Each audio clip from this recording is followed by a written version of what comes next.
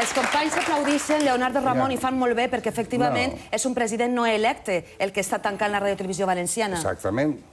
Entonces, si s'apoya en la llei i en les eleccions i la majoria i 49 contra 42, bé, vostè té la raó, però vostè tindria que tindre un poquet més de coneixement, de sentit comú ahir i haver fet les coses ben fetes.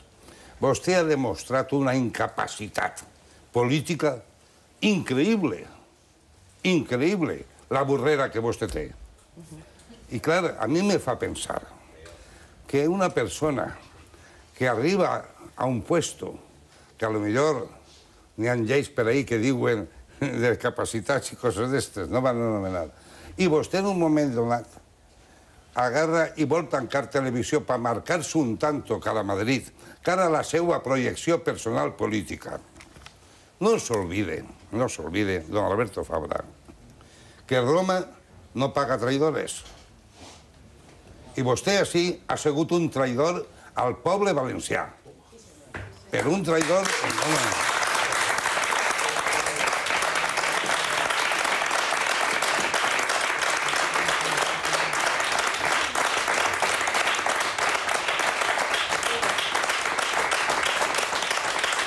Leonardo Ramon, sap vostè que en les xarxes socials, en Twitter, ara mateix... És trending topic. És trending topic, exactament... RTBB executada. RTBB executada. A nivell de tot l'Estat. A nivell de tot l'Estat.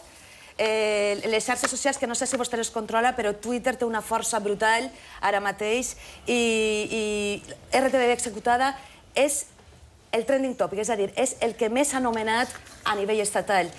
També estan nomenant el cop d'estat de Tejero, de l'any 81, i moltes persones que no van viure aquell cop d'estat diuen en Twitter que recorden i entenen els seus pares quan parlen del cop d'estat, de la ràbia, de la impotència que sentien.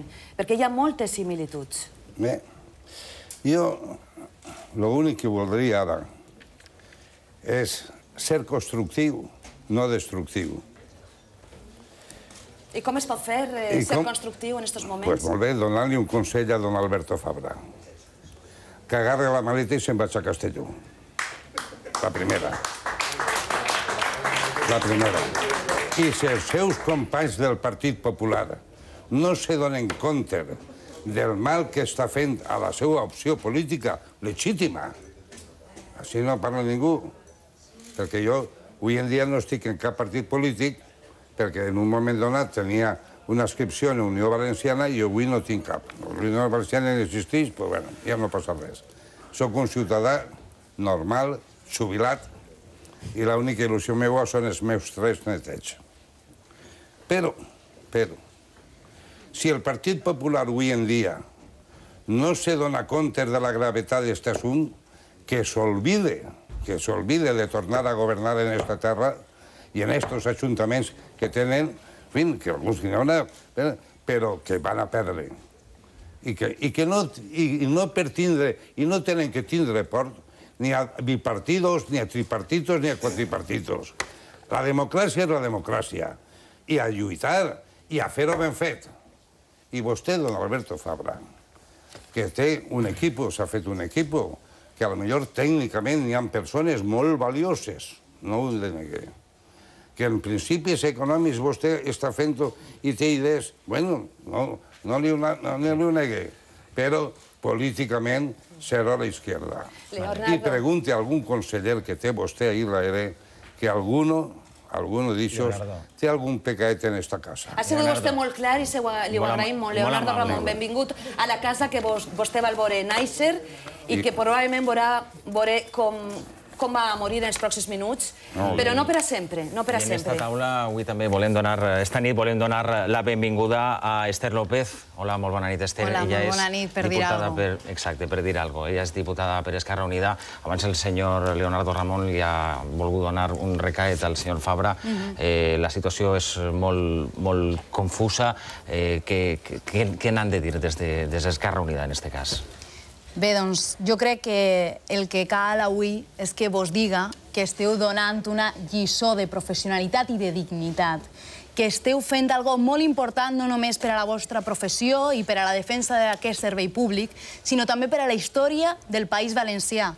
I és que esteu documentant avui un colp d'estat que s'assemeja moltíssim al del 23F, que jo no el vaig viure, però que en això coincidim molts dels comentaris que... M'assembla moltíssim el que va passar perquè ese se sienten coño de Tejero, a mi m'assembla moltíssim a que hagin entrat els policies a dins d'aquesta casa per a intentar apagar ja la senyal de Radiotelevisió Valenciana, que no oblidem que és una senya d'identitat del poble valencià i que a més és un servei públic.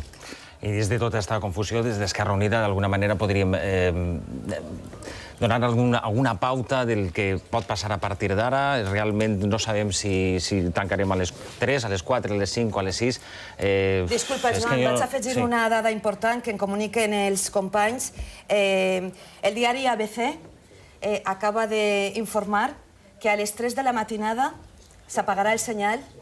A les 4, exactament. A les 4 de la matinada s'apagarà el senyal, anirem a negre en Radiotelevisió Valenciana. Ens queden 35 minuts escassos que haurem d'aprofitar en qualsevol cas. Perquè els mitjans de comunicació, ara mateix, nosaltres, dissortadament, som notícia. Som notícia fins i tot en el diari El Mundo, estem en segon o tercer lloc, però vaig, El Mundo també ho destaca.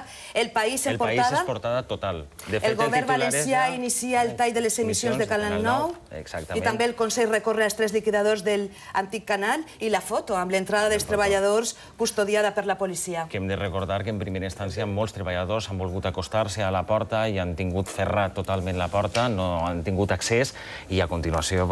Nosaltres, Ignacio Blanco i jo, hem vingut en quan ens ha arribat el primer missatge dient-nos que Radio 9 ja no emetria i que vinguérem a Burjassot a concentrar-nos en els treballadors.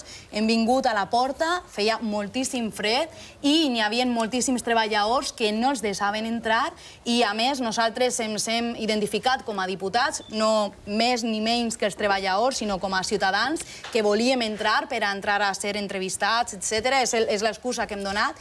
Ens han dit que deien des de seguretat que no es podia passar i de sobte s'han obrit les portes i hem entrat corregent. Hem tingut que entrar corregent com si nosaltres fórem els lladres, quan els lladres són els que han tancat Radiotelevisió Valenciana, els lladreros.